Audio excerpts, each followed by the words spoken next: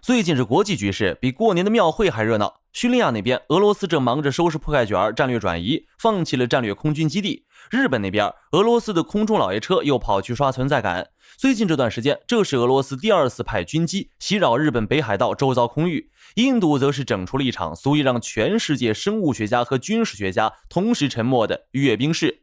那俄罗斯在叙利亚到底是在下大棋还是在止损？俄罗斯的轰炸机又为何频繁袭扰日本？印度那满操场的骆驼和老鹰到底能不能反无人机？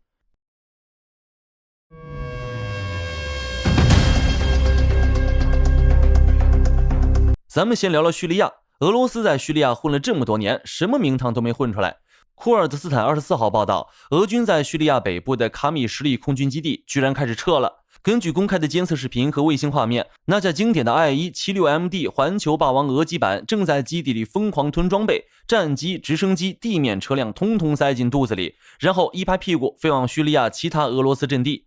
俄罗斯这是怂了。这个基地紧挨着土耳其边境，以前是俄罗斯用来在叙利亚东北部钉蝎子的。那时候这里是库尔德武装和美国的地盘，俄罗斯往这里塞几个兵，意思很明确，我也在这儿，你们别乱来。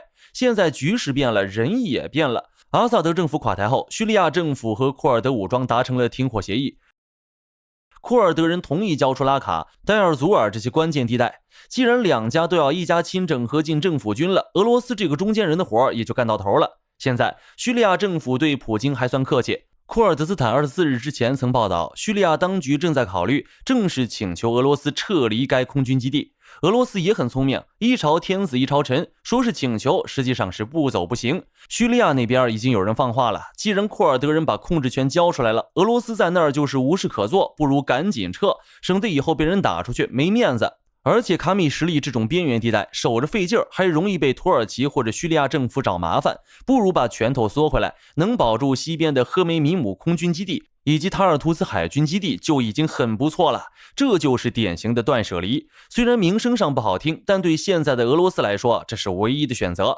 至于俄罗斯在叙利亚的部署，最终还不太确定。叙利亚新政府上台后，虽然搞了俄罗斯一下，但现在双方的关系还不错。在2025年的时候，叙利亚想让俄罗斯交出阿萨德，讨论军事基地的事。就结果来看，俄罗斯没交阿萨德，但基地留了下来。2025年10月30日的时候，彭博社就报道，在暂停6个月后，俄罗斯在赫梅米姆基地的军事航班恢复。不过，即使基地存在，俄罗斯的影响力也不如阿萨德时代。日本方向，俄罗斯的老侦察机又开始串门了，这是要做什么？一架俄罗斯的伊尔20电子侦察机从鄂霍次克海起飞，直扑北海道东侧，沿着北海道的边境线一路飞到本州岛的岩手县、宫城县东方海域，在那儿画了个大圈，然后大摇大摆地顺着原路回去了。这已经是最近这段时间俄罗斯军机第二次骚扰日本了。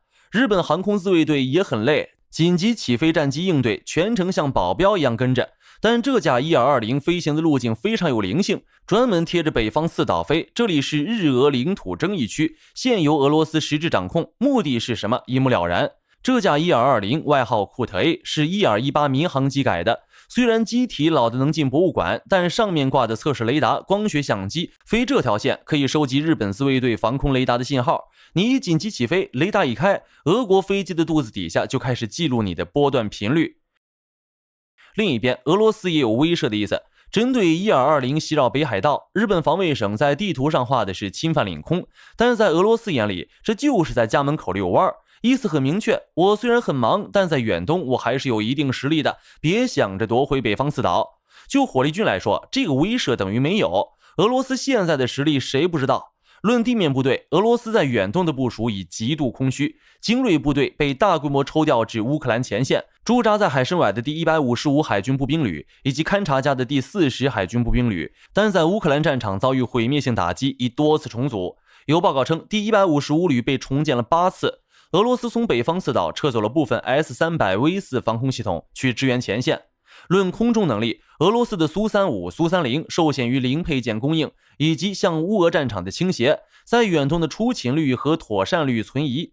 日本这边正加速接收 F-35机队，甚至开始部署战斧。至于海上实力，俄罗斯觉得没必要讨论。俄罗斯水面舰队严重老化，真打起来可以扛黑海舰队，不仅舰船被打没，连司令都被撸了。唯一能拿得出手的就是发射核弹的核潜艇。日本真要动手，只用常规力量的话，北方四岛说收复就收复了。俄罗斯整那些有的没的，一点用都没有。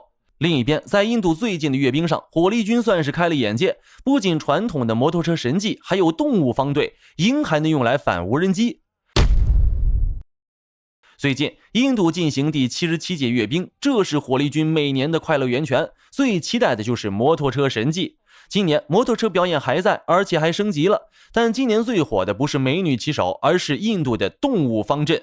这次阅兵，印度把狗、马、骆驼甚至老鹰都拉上场了。不仅有拉贾斯坦邦的单峰驼，这次还拉来了拉达克地区的双峰骆驼。领头的2头骆驼名字起得很有攻击性，加勒万和努布拉。印度军方表示，这种双峰骆驼能在海拔4000多米的高原驮重物。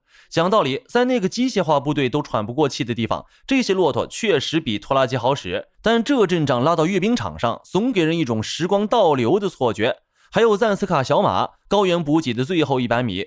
这种小马个头不高，但耐力惊人。印军夸他们能走喜马拉雅最窄的山口。今年最玄学的还是老鹰反无人机。火力军必须吐槽一下了，用老鹰抓那种小孩玩的旋翼机可能还行，但面对现在的巡飞弹或者自杀式无人机，这些老鹰恐怕起不到什么作用。火力军只想说祝老鹰们好运，希望你们在遇到自杀式无人机时能飞得比爆炸快。除了动物，印度今年也想证明自己是现代军队，搞了个模拟战场编队，士兵不穿礼服了，全副武装上阵，还展示了能打300公里的太阳神之箭火箭炮。虽然看起来专业了不少，但跟后面的叠罗汉和骆驼兵放在一起，反差感实在是太强了。好了，本期视频到这就结束了。大家觉得叙利亚政府会赶走俄罗斯的海军基地吗？印度的老鹰反无人机到底能不能行？欢迎在评论区留言，大家一起讨论。最后不要忘记点赞关注，我是火力军，下期见。好的，各位观众朋友们，我们频道一直在聊真实的军事资讯和武器装备，后台也经常有朋友问有没有值得推荐的入门级模型。今天就和大家分享一款近期接触到的产品。首先，它的外形还原度做得相当不错，比例准确，武器上的一些关键细节和标识也都有体现，材质也说得过去，拿在手上有不错的分量感。其次，它具备一定的可动性，对于理解基础操作原理有一定帮助，让它不仅是个静态摆件。综合它的做工和可玩性来看，价格确实比较亲民。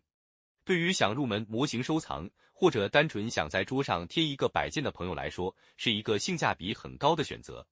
商品链接已经给你们上了，感兴趣的朋友可以自行了解。